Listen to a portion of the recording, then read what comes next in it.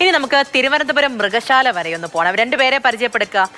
ആരോഗ്യസ്ഥിതിയൊക്കെ മോശമായിക്കൊണ്ടായിരുന്നു ജനനം. പക്ഷേ രാപ്പകലില്ലാത്ത പരിചരണത്തിലൂടെ 2 സിംഹക്കുട്ടികളുടെ ജീവൻ തിരിച്ചു പിടിച്ചിരിക്കുകയാണ് വെറ്റിനറി സർജനും സംഘവും.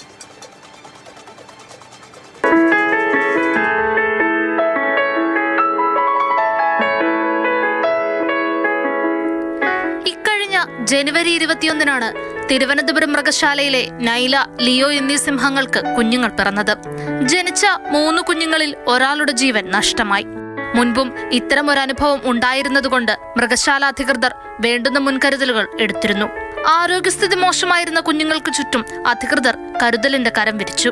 വെറ്റിനറി സർജന്റെ മേൽനോട്ടത്തിൽ ലൈഫ് സ്റ്റോക്ക് ഇൻസ്പെക്ടർമാരായ ജിജോ, നഹാസ്, അനിമൽ കീപ്പർ അനിൽ എന്നിവരെ ഉൾപ്പെടുത്തി ഒരു പ്രത്യേക സംഘം തന്നെ രൂപീകരിച്ചു.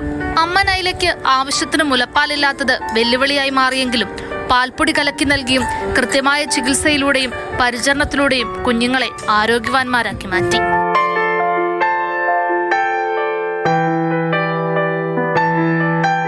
നൈലയുടെ ഒരു പ്രശ്നം എന്ന് പറയുന്നത് അതിന് മദറിങ് എബിലിറ്റീസ് കുറവാണ്. എനിക്ക് തോന്നുന്നത് പ്രൊലാക്റ്റിൻ എന്ന് പറയുന്നൊരു ഹോർമോണിൻ്റെ കുറവുണ്ടെന്നാണ് മനസ്സിലാക്കുന്നത്. കാരണം ഇതിന് പാലുൽപാദനവും കുറവാണ്, കുട്ടികളെ നോക്കാനുള്ള ശേഷിയും കുറവാണ്. ഇപ്പോൾ അതിന് 34 ദിവസം ആണ് പ്രായമായിട്ടുള്ളത്. കണ്ണ് തുറക്കുന്നത് പൊതുവേ 9 മുതൽ 12 ദിവസത്തിനുള്ളിലാണ്. ഈ 2 കുട്ടികളും ഏതാണ്ട് 10 ദിവസമായപ്പോഴത്തേക്കും തന്നെ കണ്ണ് തുറന്നിട്ടുണ്ടായിരുന്നു. കണ്ണ് തുറന്നപ്പോൾ ആദ്യം അവർ കണ്ടത് തന്നെ നമ്മുടെ സ്റ്റാഫിനെയാണ്. അതുകൊണ്ടായിരിക്കാം അവർ സ്റ്റാഫുമായിട്ട് അത്യാവശ്യം നല്ല ഇണക്കത്തിലാണ് ഇപ്പോഴും.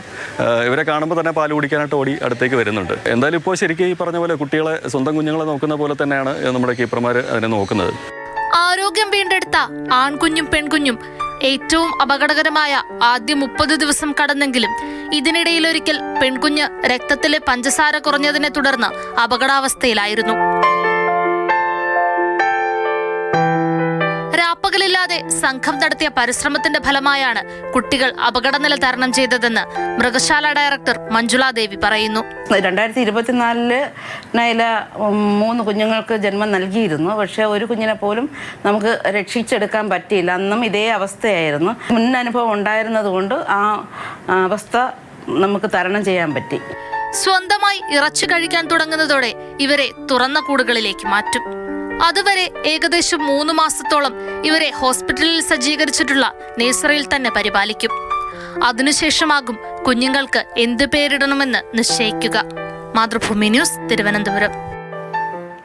ഇന്ദുലേഖാരേനുമാണ് നമ്മുടെ കൂടെ ഉള്ളത്. ഇന്ദു, നൈലെ, ലിയോയെ കുറിച്ച് മുൻപ് നമ്മൾ സംസാരിച്ചിട്ടുള്ള കാര്യമാണ്. അപ്പോൾ ഇപ്പൊ ആ ദൃശ്യങ്ങളിൽ ആ മക്കൾ ഇങ്ങോട്ട് വന്നപ്പോഴത്തേക്കും മുൻപൊരു അനുഭവമുണ്ട്. അതുകൊണ്ട് തന്നെയാണ് അവരുടെ ആരോഗ്യം തിരിച്ചു പിടിക്കുക, നല്ല രീതിയിൽ സംരക്ഷിക്കുക എന്നൊരു തീരുമാനം എടുത്തിരിക്കുന്നത്. ഇത്തിരി പോകുന്ന പരുവായതോട് കാണുമ്പോൾ പിടിച്ച് കൊഞ്ചിക്കാനൊക്കെ തോന്നുന്നുണ്ട്. അപ്പോൾ ഇടയ്ക്ക് ആരോഗ്യ പ്രശ്നമൊക്കെ വന്നിട്ടുണ്ടായിരുന്നല്ലേ? ഇപ്പൊ കുഴപ്പമൊന്നും ഇല്ലല്ലോ? നൈലയ്ക്കും ലിയോയ്ക്കും ഈ കഴിഞ്ഞ ജനുവരി 21-നാണ് 3 കുഞ്ഞുങ്ങൾ പിറക്കുന്നത്. ദൗർഭാഗ്യമെന്ന് പറയട്ടെ, അതിലൊരു കുഞ്ഞ് ജനിച്ചപ്പോൾ തന്നെ മരിക്കുകയായിരുന്നു ഉണ്ടായിരുന്നത്. ഇതിനു മുൻപും നൈല പ്രസവിച്ച കുഞ്ഞുങ്ങൾ ഇതുപോലെ മരണമടയുകയുണ്ടായിരുന്നു. അതുകൊണ്ട് തന്നെ ഇത്തവണ അധികൃതർ മൃഗശാലയിലെ കുറച്ചധികം മുൻകരുതലുകൾ എടുത്തിരുന്നു. അങ്ങനെ മറ്റു 2 കുഞ്ഞുങ്ങളെയും എങ്ങനെ ഏറ്റവും സുരക്ഷിതമായി ആരോഗ്യത്തോടെ വെക്കാമെന്നുള്ള ഒരു പദ്ധതി അവർ നേരത്തെ തന്നെ പ്ലാൻ ചെയ്തിരുന്നു എന്ന് തന്നെ പറയാം. 2 കുഞ്ഞുങ്ങളെ വേഗത്തിൽ തന്നെ, അവർ ജനിച്ചപ്പോൾ അവർക്ക് കുറച്ച് ആരോഗ്യ പ്രശ്നങ്ങളുണ്ടായിരുന്നു. അതുകൊണ്ട് തന്നെ വേഗത്തിൽ അവരെ ആശുപത്രിയിലേക്ക് മാറ്റി. ആദ്യം ഒരു ഘട്ട ചികിത്സ എന്നുള്ള നിലയ്ക്ക്, പിന്നീട് കുറച്ച് നാൾ അവിടെ ആയിരുന്നു പരിചരണം. അതിനുശേഷം സ്വന്തമായി പാല് വലിച്ചു കുടിക്കാൻ ഒരു പ്രാപ്തി എത്തുന്നത് വരെ, അതായത് ഇവർക്കൊരു ഫ്രഞ്ച് ബ്രാൻഡായിട്ടുള്ള ഒരു പാൽപ്പൊടി കലക്കിയാണ് ഈ കുഞ്ഞുങ്ങൾക്ക് കൊടുത്തുകൊണ്ടിരുന്നത്. അവരതിന് സ്വയം പ്രാപ്തരായി എന്ന് കരുതിയ സമയത്ത് ഇൻക്യുബേറ്ററിൽ നിന്നും മറ്റൊരു പ്രത്യേക റൂമിലേക്ക് മാറ്റി. അങ്ങനെ ആ റൂമിലാണ് ആ കുഞ്ഞുങ്ങളെ ഇപ്പോൾ പരിചരിച്ചിരിക്കുന്നത്. ഏകദേശം ഒരു 3 മാസ കാലയളവോളം അവിടെ തന്നെ വെക്കണം. അത് കഴിഞ്ഞിട്ട് പതിയെ മാംസമൊക്കെ കഴിച്ചു തുടങ്ങുമ്പോൾ കുഞ്ഞുങ്ങളെ കൂട്ടിലേക്ക് മാറ്റാനാണ് പദ്ധതി. ഏറ്റവും പ്രധാനമുള്ള കാര്യം എന്താണെന്ന് പറഞ്ഞാൽ, നൈലയ്ക്ക് പാല് ഉൽപ്പാദിപ്പിക്കാനുള്ള ശേഷി ഇല്ലാത്തത് കൊണ്ട് തന്നെ കുഞ്ഞുങ്ങളെ എത്രത്തോളം ഇവരുമായി അടുപ്പിക്കാൻ പറ്റും, അല്ലെങ്കിൽ എത്രത്തോളം ഇവർ കുഞ്ഞുമായി അടുക്കുമെന്നുള്ള ഒരു കാര്യത്തിൽ ഒരു വ്യക്തത ഇല്ലാത്തത് കൊണ്ട് തന്നെ മൃഗശാല അധികൃതർ ഇപ്പോഴേ അതിന് വേണ്ടുന്ന മുൻകരുതലുകളും എടുത്തിട്ടുണ്ട്. ഏത് രീതിയിൽ ഈ കുഞ്ഞുങ്ങളെ മുന്നോട്ട് കൊണ്ടുപോകണം, അല്ലെങ്കിൽ എത്തരത്തിലായിരിക്കണം ഇവരെ ഇനി തുടർന്ന് പരിപാലിക്കുന്നത് എന്നുള്ളതിനൊക്കെ തന്നെ കൃത്യമായ രീതിയിൽ വ്യക്തമായ ഒരു പദ്ധതി അവർക്കുണ്ട് എന്ന് തന്നെ പറയാം. സത്യം പറഞ്ഞാൽ ഈ ഈ ജനിച്ച് 30 ദിവസങ്ങൾ പിന്നിട്ടിട്ടും ഇതുവരെ കുഞ്ഞുങ്ങൾ അച്ഛനെയോ അമ്മയെയോ, അതായത് നൈലയെ ലിയോയെ കണ്ടിട്ടില്ല എന്ന് തന്നെ പറയാം. അവർക്ക് അച്ഛനും അമ്മയും ഒക്കെ അവരത് ഈ കരുതലോടെ ചേർത്ത് പിടിക്കുന്ന അവിടുത്തെ ഡോക്ടറും മറ്റുള്ളവരുമാണ്. ഏകദേശം ഒരു 4 പേരോളം ചേരുന്ന ഒരു സംഘമൊക്കെ രൂപീകരിച്ച് ഈ കുഞ്ഞുങ്ങളെ പരിപാലിക്കുന്നതിന് വേണ്ടി മാത്രം നോക്കുക, അവരുടെ ജീവൻ സംരക്ഷിക്കുക. അവർക്ക് വേണ്ടുന്ന പ്രശ്നങ്ങൾ ഇടയ്ക്കിടയ്ക്കൊക്കെ ഇവരുടെ ആരോഗ്യസ്ഥിതി മോശമാകാറുണ്ട്. ഒരു ആൺകുഞ്ഞും ഒരു പെൺകുഞ്ഞുമാണുള്ളത്.